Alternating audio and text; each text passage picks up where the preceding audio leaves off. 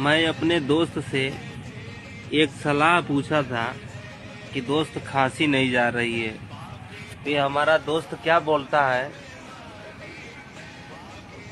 कि 2 पैग मारो खांसी चली जाएगी। तो मैंने पूछा कि 2 पैग से खांसी चली जाएगी? बोलता है कि मेरा घर दुआर जगह जमीन पूरी प्रॉपर्टी दादा बाबा की चली गई है, तो तुम्हारी खांसी क्या चीज है कि 2 पैग में नहीं जाएगी।